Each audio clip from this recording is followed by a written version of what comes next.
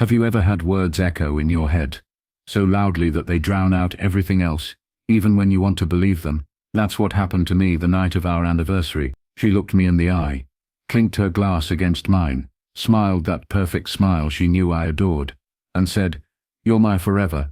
I swear, for a split second I believed her. Or maybe I wanted to, because those words forever don't come lightly. You don't toss them around like confetti unless you mean them, right? But sometimes words are just theatre, just props in a play someone's directing while they're running another script behind your back. That night she played her part so well that anyone watching would have thought we were the happiest couple in the room. And maybe for a second I convinced myself we were, until the truth showed up in the form of a bracelet. It was later, after the dinner, after the toasts, after the slow dance she pulled me into when the music turned soft. She had given me a gift, a leather-bound journal, something thoughtful, something personal. She knew I loved writing things down, jotting notes, keeping thoughts on paper instead of in my phone. I smiled, I kissed her, I thanked her, and I believed, yes, I actually believed, that she had put thought into forever. Then, while I was clearing up empty glasses and dessert plates at the table, I saw her slip something across to him. Not me, him, a man I had noticed before, a little too often around her, a little too close in conversation, always laughing at jokes that weren't funny. She slid it under the table quickly, like a kid passing notes in school, but I caught it. I saw the way his fingers closed around the little box. I saw the way his eyes lit up, like he'd been waiting for it. And then later, when he stepped outside to take a call, I followed. Not close enough to be noticed, just enough to see him open the box and smile down at the bracelet inside. Silver, engraved. I couldn't see the whole inscription, but I saw the hearts, tiny hearts, etched into metal, shining under the glow of the streetlight. He slipped it onto his wrist like it belonged there. That's when the words came back to me. You're my forever. But the bracelet, was her truth.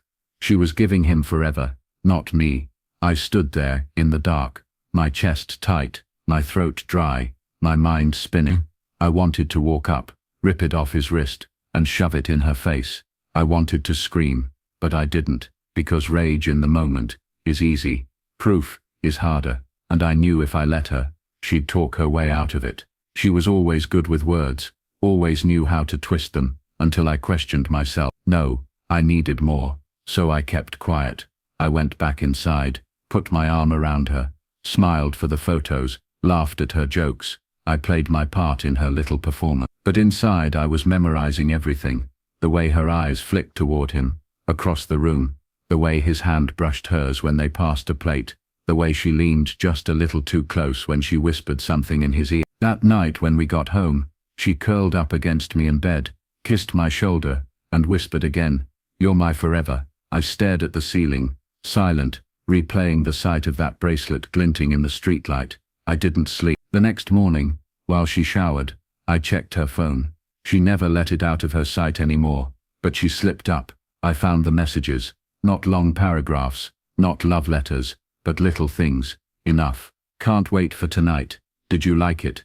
Looks perfect on you. And then his reply, a photo of the bracelet on his wrist. My chest clenched, my hands shook. But I kept scrolling. Always with me now, he wrote. Always, always, forever.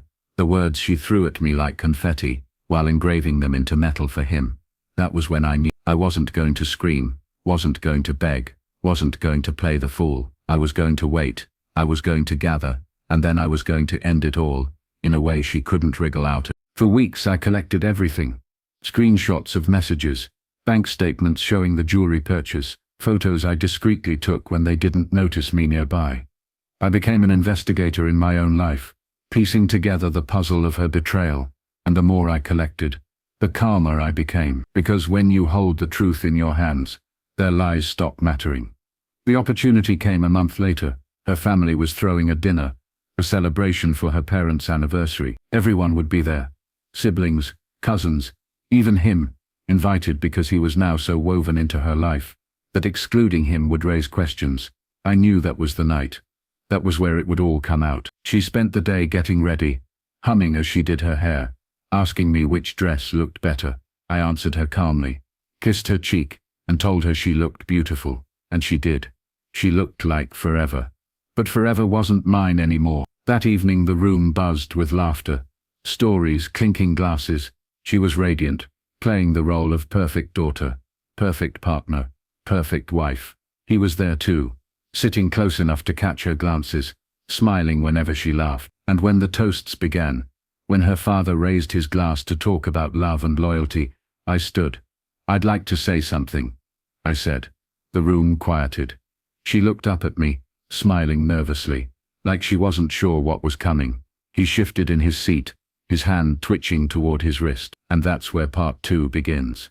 Not with suspicion, not with whispers, but with the choice I made that night to end the lie in the very room she thought she could keep it hidden. With the bracelet glinting on his wrist under the lights, and her words, "You're my forever," still burning in my head. I was ready to show everyone the truth she thought I'd never find.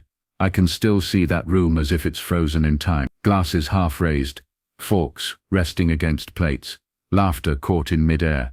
Her family had just finished toasting her parents' anniversary, words about commitment and true love still hanging in the air. When I stood up, the scrape of my rare against the hardwood floor sounded like thunder in that quiet moment. Everyone turned toward me, her parents, her siblings, cousins, leaning in with curiosity, and she looked up at me with that perfect smile, the one she'd used to disarm me 1,000 times before. But this time there was something behind it, a flicker, a flash of nerves. And him, he shifted uncomfortably in his chair, his hand brushing the bracelet at his wrist, like it was an anchor, or maybe a chain. "I'd like to make a toast too," I said, my voice steady, calm. My hands weren't shaking, but my heart was pounding so hard I thought the table might feel it through the floor. "I want to talk about forever." A few people chuckled politely. They thought I was about to say something sentimental, something sweet about marriage and love. Maybe they thought I'd embarrass her with a story about how we met.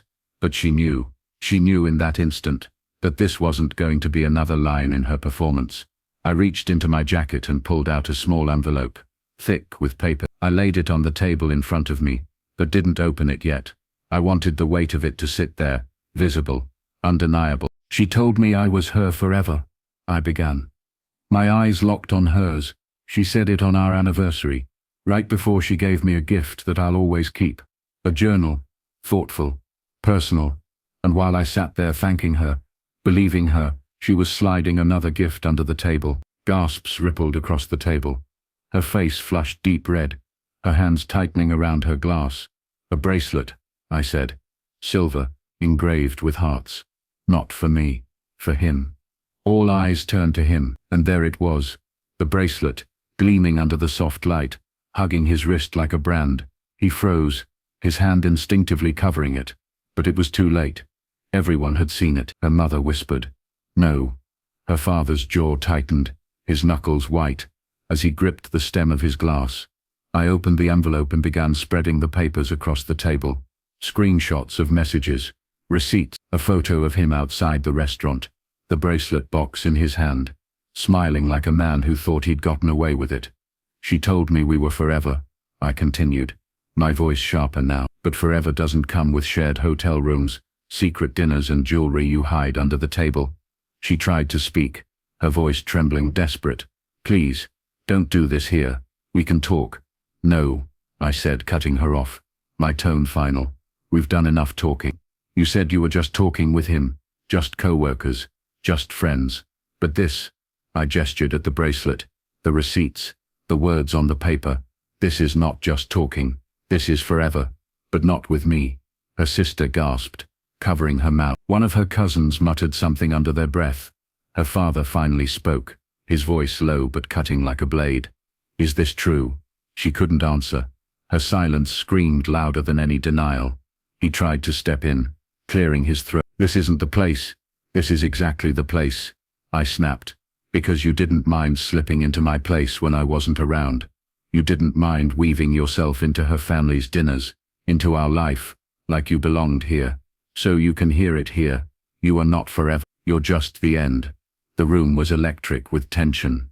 She broke then, sobbing, mascara streaking down her cheeks, her body trembling as she reached for me. "Please. I didn't know how to stop. You didn't mean to get caught," I said coldly. "That's the only thing you didn't mean." I stacked the papers neatly again, tucked them back into the envelope, and turned to leave. Behind me voices rose, her mother's cries, her father's fury, whispers spreading like wildfire. He stood frozen, pale, his bracelet still glinting in the light. She collapsed into her chair, broken, the performance finally over. When I stepped outside, the night air was crisp, sharp, cleansing. I walked to my car, every step heavier with finality, but lighter with freedom. For the first time in months, I felt like I could breathe without choking on someone else's lie. The days after were chaos. She called non-stop, her messages swinging between rage and despair. "How could you humiliate me like that?" she screamed in one voicemail. "Please, I'll do anything. We can fix this," she whispered in another. But betrayal carved into silver can't be undone. You don't etch hearts into metal for someone you're just talking to. You don't call another man forever while sliding a gift across the table meant for me. Her family reached out, some furious at me for airing it all in public, others apologetic, ashamed they hadn't seen the signs, but I didn't care anymore. I hadn't done it for them. I had done it for me, for the truth. He vanished within weeks, as men like him always do. The thrill gone, the secrecy ruined, the spotlight too bright. She was left alone, with her tears, her excuses, her bracelet-shaped reminder of everything she'd lost. I filed for divorce. The evidence made it swift, undeniable. My lawyer glanced through the envelope, nodded once, and said, "You'll walk away clean." And I did. Rebuilding wasn't easy. The nights were long, the silence deafening. But every time I felt the weight of it, I remembered that bracelet gleaming on his wrist, and I reminded myself, better to face the truth and rebuild than to keep living inside a lie. Sometimes when people ask me why it ended, I don't give them the full story. I don't need to. I just say, on our anniversary, she told me I was her forever. Then she gave another man a bracelet engraved with hearts. That's enough, because everyone understands what that means. And that's the thing about betrayal. It doesn't need embellishment. It doesn't need exaggeration. The truth is loud enough all on its own.